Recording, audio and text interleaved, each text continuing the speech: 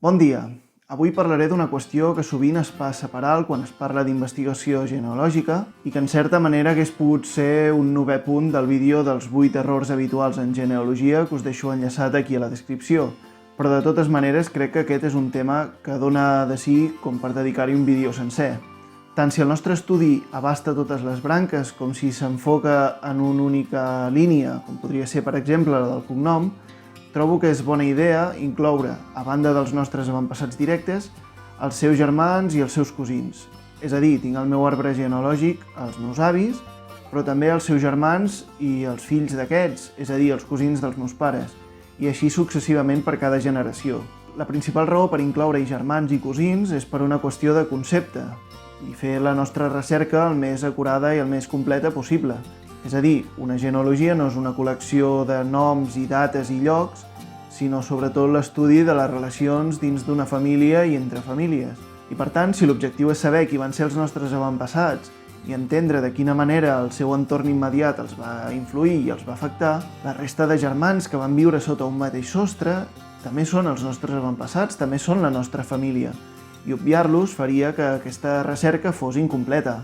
Això sol ja seria motiu suficient per incloure aquestes branques laterals, però se m'acudeixen fins a 5 raons més de caràcter més pràctic per tal d'incloure aquests germans i aquests cosins a la nostra recerca. I encara que això sembli que ens portarà molta més feina, recordeu que la genealogia és una disciplina que requereix temps i paciència i construir-se a poc i amb proves documentals sòlides.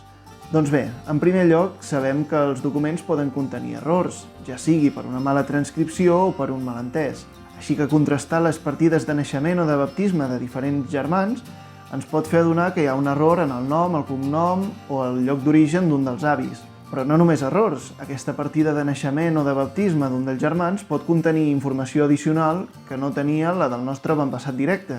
Per exemple, una nota al marge escrita a posteriori que ens diu que el cognom que hi consta és en realitat el nom de la casa i que el cognom real és un altre.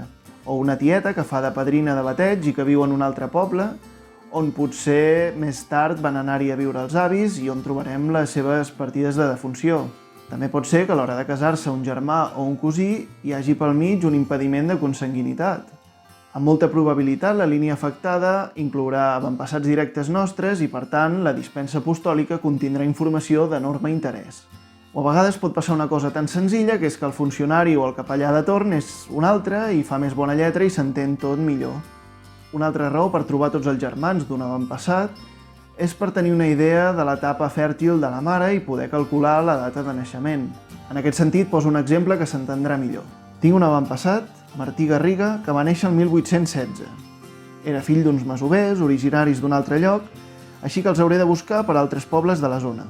Però tampoc sé quan van néixer. El que sí que sabem és que el Martí va tenir 8 germans més, nascuts entre 1818 i 1839. Per tant, la mare va tenir fills al llarg de 23 anys i ell, que era el gran, va néixer quan la mare era força jove.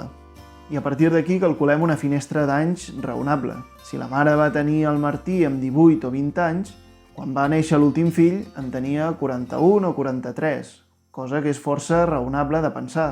Però no sempre tindrem tants fills ni un lapse de temps tan ample, així que podem començar amb un primer càlcul orientatiu suposant que els fills els ha tingut entre els 20 i els 45 anys, i a partir d'aquí calcular un marge per la data de naixement.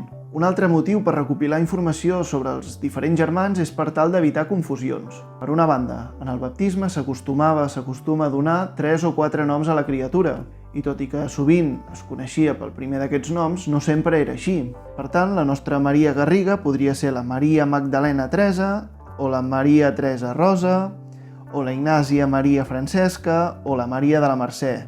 Totes elles, en un moment donat, se les podia conèixer com a Maria. I per tant, quina és la que ens interessa? Sobre això mateix, tenim un exemple recent en el nebot de l'actual rei d'Espanya, Felipe Juan Froilán de Marichalar, a qui tothom coneix com a Froilán de Marichalar, però que a casa seva l'anomenen Felipe. Però la cosa no acaba aquí. Encara que avui ens pugui semblar xocant, fa 100 o 150 anys la mortalitat infantil era molt elevada. La gent tenia molts fills, però la majoria no arribaven a l'edat adulta.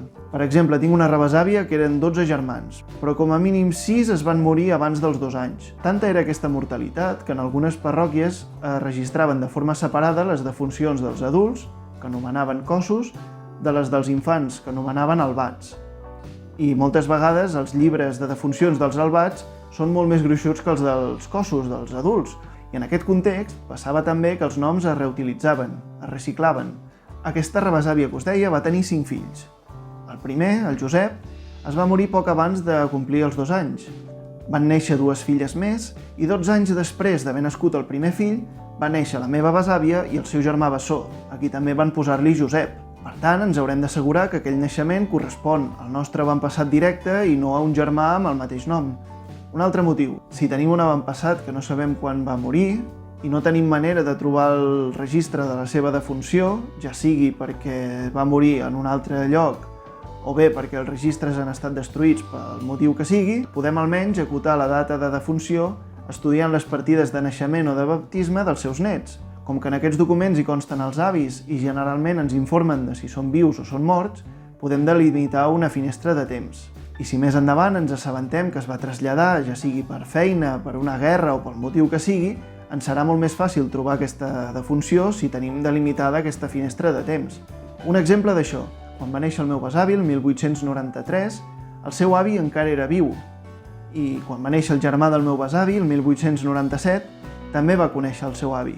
El meu besavi va tenir 3 cosins. Dels 2 primers sé que quan van néixer, el 1904 i el 1907, l'avi encara era viu, de manera que a l'hora de buscar la seva defunció, que no sóc capaç de trobar, sempre la buscaré a partir de 1907. Finalment, un altre avantatge que ens aporta l'estudi de les branques col·laterals el veiem quan ens volem posar en contacte amb d'altres investigadors amb qui sospitem que estem relacionats, ja sigui perquè hem fet una recerca a Geneanet o a MyHeritage, o bé perquè tenim una coincidència d'ADN.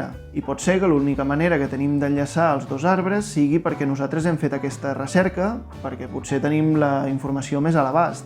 I a més, resultarà més fiable si els 2 hem fet la recerca d'aquestes branques i resulta que no coincidim només en una generació, sinó que 2 o 3 generacions són coincidents. En qualsevol cas, jo recomanaria allargar aquestes branques col·laterals almenys un parell de generacions, incloure els germans i els cosins de primer grau sempre que sigui possible.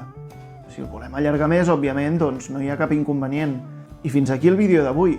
Com sempre, si us ha agradat el vídeo, podeu fer clic al botó de m'agrada i fer alguna aportació a la part de comentaris. I també podeu donar suport al canal subscrivint-vos-hi. Fins aviat!